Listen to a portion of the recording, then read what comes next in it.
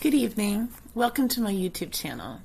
Tonight I would like to cover some useful techniques that you can use during your magical work. Now, the terminology for these techniques varies from practitioner to practitioner, but you will notice that most practitioners either follow all these steps or some of these steps. For most workings they do. Even if they're calling it by another name, the process is often similar.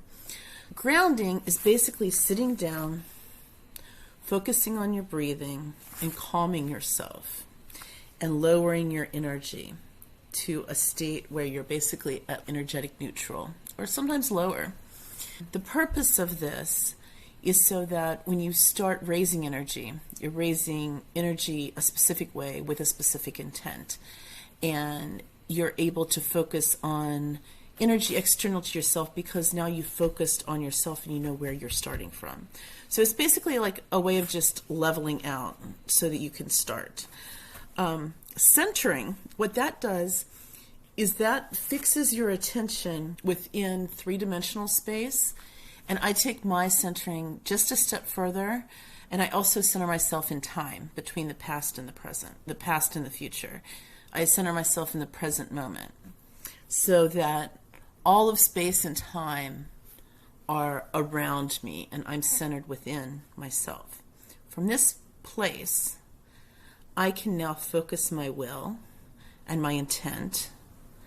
This is the state that I'm in when I'm doing any kind of magical working or ritual where I'm affecting change in the outside world. I'm going to be grounding and centering, and that's where I'm going to be operating from. So, for grounding, what you want to do is you want to take a deep breath in, hold it.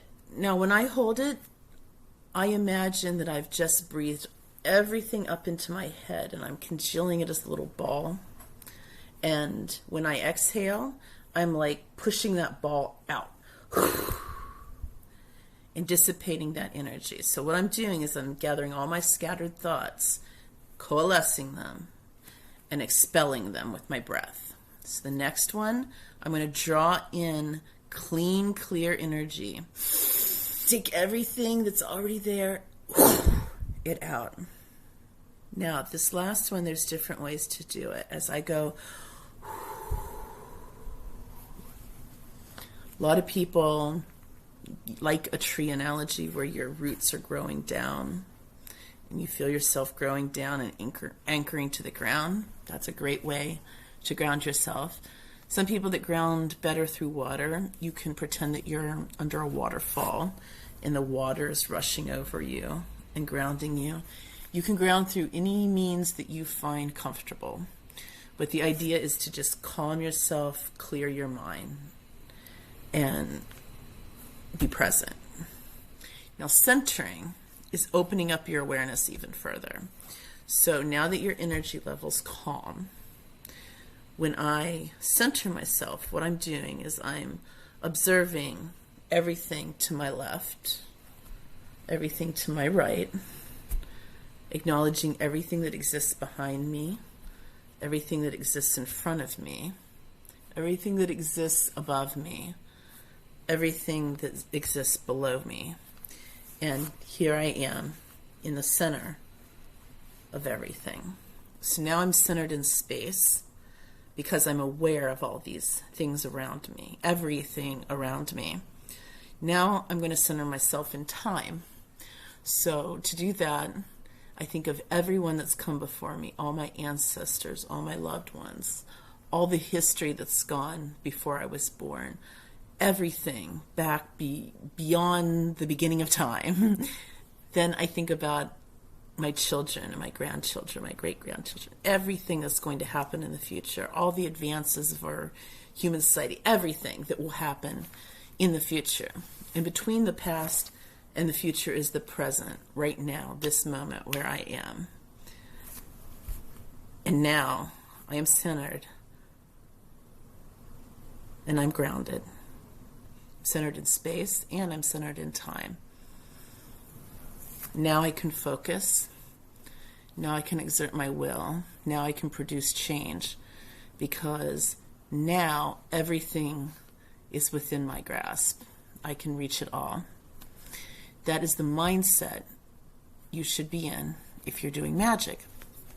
Now, I consider magic to be what I consider external. By that, I mean that I take different things to create change in the universe. Sometimes change within myself. But magic often has an external element to it. The next technique I want to talk to you about is what's called opening and closing.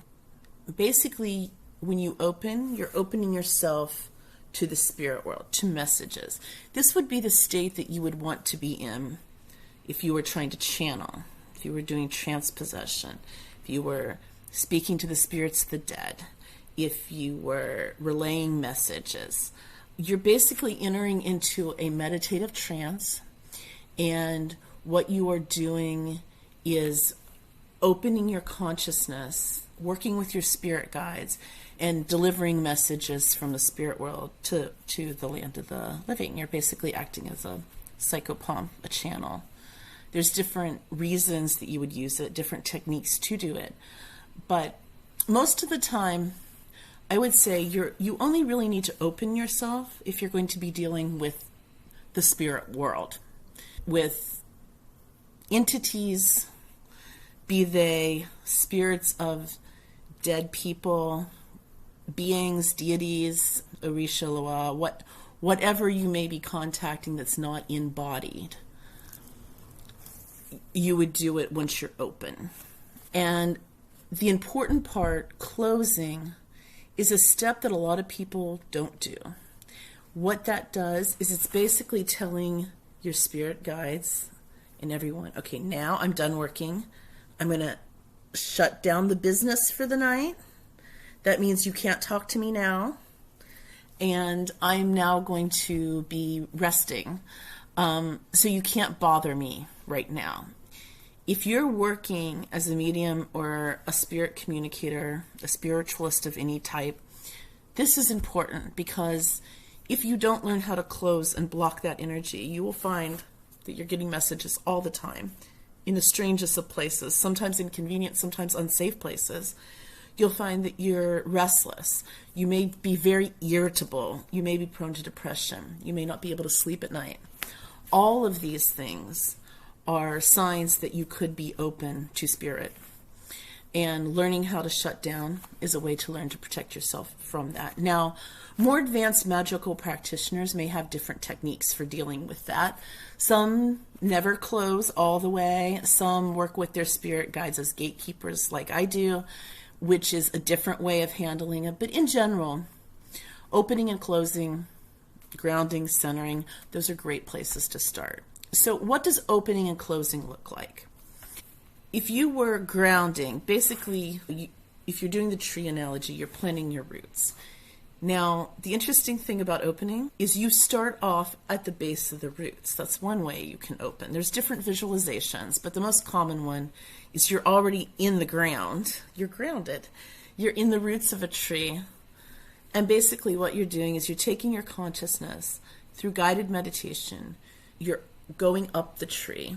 You're going out the biggest branch, going out to a little twig, and there is a shriveled up leaf. And you put your consciousness into the leaf, and it blooms and comes to life. Guess what? Now you're open to receiving messages. This simple visualization, or many like it, basically serve to tell spirit, now I'm ready to receive messages. Now I'm ready to communicate with you. It's a way of setting yourself, your mind, your intention, and aligning it with your spirit guides so everyone knows, okay, now it's time to work. Closing is the exact opposite. Now you're in your leaf, and basically you just imagine the leaf shriveling, drying up, and you pull your consciousness out of the leaf and back into the twig and the branch, and you move to the tree and the trunk, and you go down the tree trunk and back down into the ground, down into the roots, and you look up, and above you, the ground's covering you, and you're closed. So, if you're doing work, the way I would suggest If I'm just going to do a magical ritual spell work, something like that, I would ground in center and then do my work. If I'm going to take that a little further and work with spirit, at that point when I'm ready to work with spirit, I would open, do my spirit work, close. Then, when you close, you're basically grounded again. And from there, you're good to go. You don't need to unground. As a matter of fact, it's not recommended. So that is basically what I wanted to cover for today. Those are your starting points for doing all kinds of magical work. And I hope you enjoyed it. Please leave a comment, like, subscribe, follow, all those fun things. And I will be rolling out a lot of fun, cool stuff. So please stay tuned, and I hope you enjoy it. See you later. Bye.